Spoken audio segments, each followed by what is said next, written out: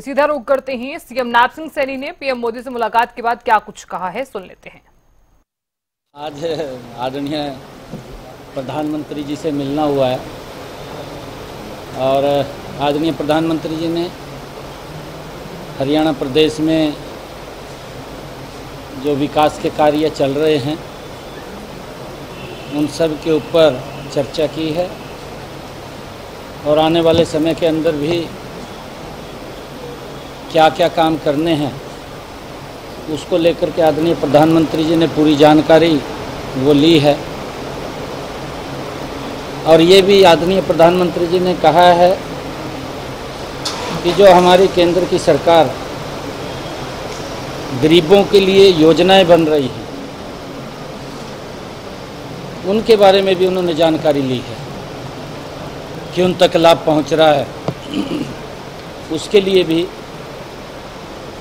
उन्होंने पूरा फीडबैक लिया है और अच्छी बातचीत रही है। आने वाले समय के अंदर हमारे हरियाणा में विधानसभा के चुनाव हैं और आदरणीय प्रधानमंत्री जी ने जो जानकारियाँ ली है, जो फीडबैक लिया है, आने वाले समय के अंदर भी आदरणीय प्रधानमंत्री जी के नेतृत्व में, मोदी जी के नेतृत्व में हरियाणा में हम तीसरी बार बड़े मैंडेट के साथ सरकार बनाएंगे और हरियाणा की जो एक विकास की गति बनी है उस गति को और आगे बढ़ाने का काम हम करेंगे।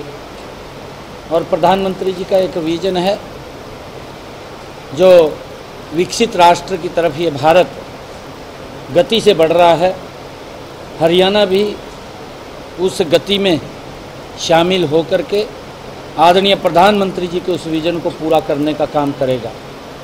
और आने वाले इन विधानसभा के चुनाव के अंदर क्योंकि बड़े जो विकास कार्यों के ऊपर आज चर्चा की है, हरियाणा में पिछले 10 वर्षों में एक बड़ा बदलाव देखने को मिल रहा है।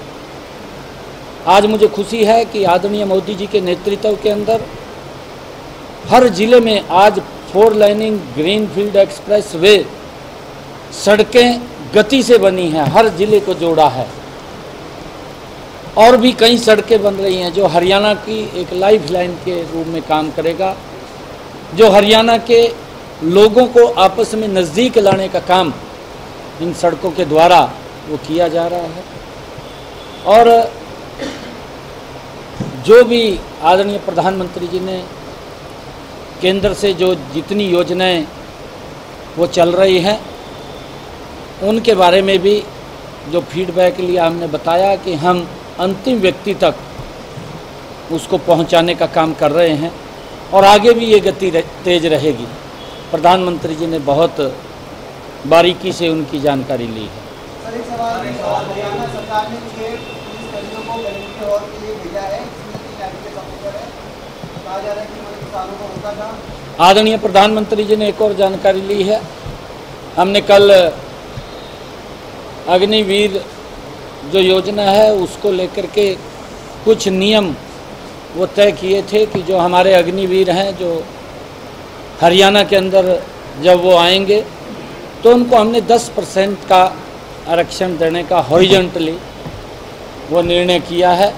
अलग अलग विभागों में, बोर्डों में, निगमों में, कॉरपोरेशन में उनको रजिस्टर करने का काम भी A-B ग्रुप के अंदर भी 5% और उनकी आयु के अंदर भी अगर अग्निवीर आता है उनको फर्स्ट समय के अंदर 5 वर्ष और फिर 3 वर्ष का रिलैक्सेशन देने का काम भी हमने निर्णय किया है और आदरणीय प्रधानमंत्री जी ने उसके बारे में भी पूरी जानकारी ली है। और क्योंकि प्रधानमंत्री जी का ये बहुत एक प्रिय विषय है और इसके तहत हमारे जो अग्निवीर हैं उनको बहुत बड़ा लाभ इसके माध्यम से मिलेगा।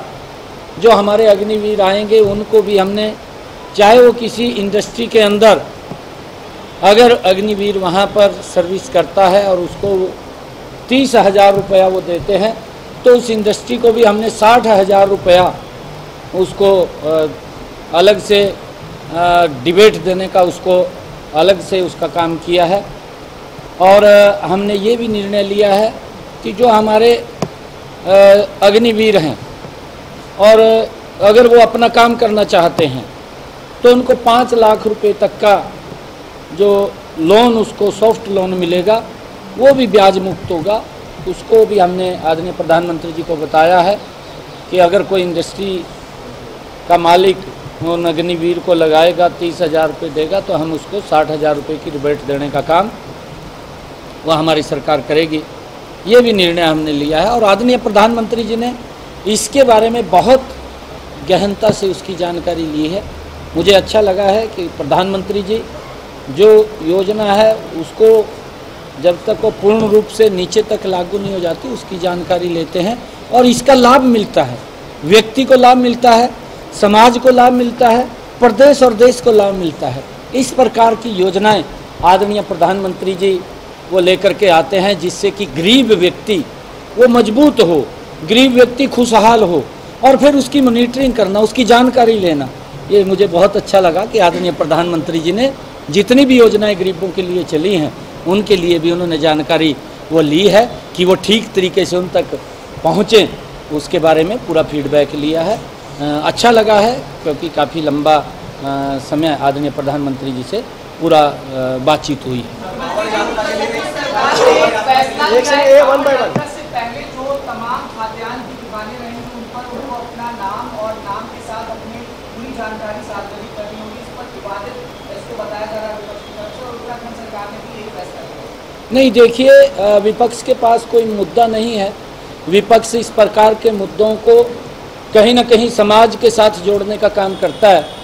हमारे जो कावड़िए हैं वो शुद्ध शाकाहारी हैं, शाकाहारी होते हैं। कोई पता नहीं चलता अभी कहाँ पर कोई अगर मांस बन रहा है या कुछ और है, तो कम से कम ये तो ध्यान में रहे ना दुकान के आगे जहाँ उन्हें भोजन करना है, जहाँ उसने रुकना है, तो वो कम से कम इस बात का तो ध्यान रहेगा ना भी यहाँ किस प्रकार का सामान वो बनता है। अच्छा है जो निर्णय किया है सरकार ने, उसकी मैं प्रशंसा करता हूँ।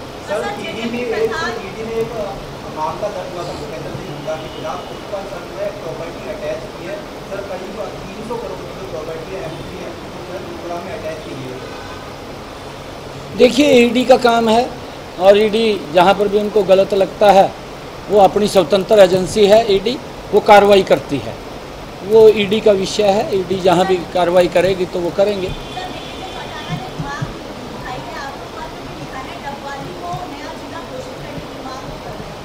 दिग्विजय चौटाला साहब को मैं कहना चाहूँगा पत्र लिखने की जरूरत नहीं, मेरे को स्वयं मिल लेते और वो पत्र जो दिग्विजय चौटाला जी ने दिया है, हमारी कमेटी बनी है, उसके मेंबर भी थे दिग्विजय चौटाला, उनको मालूम है।